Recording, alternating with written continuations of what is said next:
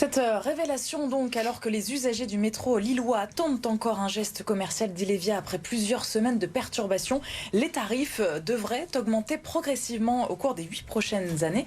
Cosima nous a rejoint. Cosima, tout figure dans un document.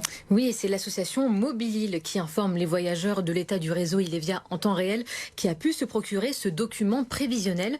26 titres en tout devraient coûter plus cher. Le prix du ticket de métro unitaire d'1,80 € à 2,20 € et plusieurs abonnements comme le tout public qui va passer de 63 € à 77,50 €.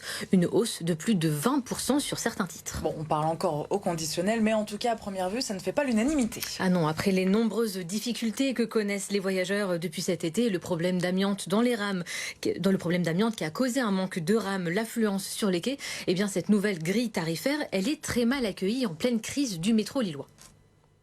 Moi je trouve ça inadmissible. Alors, en l'occurrence, moi j'ai l'abonnement 25 ans qui est 27-30 €, qui est déjà beaucoup trop élevé. Surtout quand on voit l'état actuel du métro. Il y a trop de monde et il n'y en a pas assez, c'est galère, on est tous collés et tout. Faut attendre 30 minutes pour avoir un métro, c'est un peu chiant. Certaines communes, même d'une heure, font les transports gratuits. Dunkerque fait les transports gratuits. Et Lille, on paye. Alors attention, on le rappelle, ceci est un document prévisionnel. Il doit être voté ce vendredi lors du Conseil de la métropole européenne de Lille. Nous avons contacté Ilevia qui n'a pas encore répondu à nos questions. Selon l'association Mobilil qui a dévoilé ce document, cette décision, elle nuit à l'attractivité des transports en commun dans la métropole lilloise. Écoutez. La métropole a voté un SDIT, donc un schéma directeur des infrastructures de transport, qui favorise l'accès aux transports en commun par rapport à la voiture. Donc de faire abandonner la voiture progressivement aux métropolitains pour qu'ils aillent progressivement vers les transports en commun.